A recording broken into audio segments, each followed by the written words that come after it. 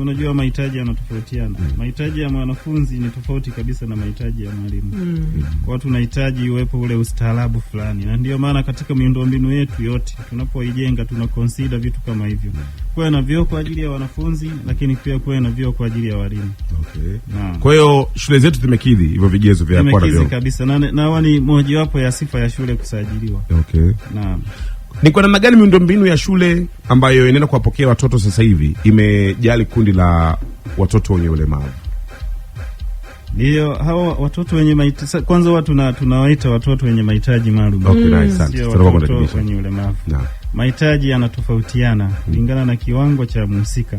Kwenye miundombinu hayo yote tulishayazingatia.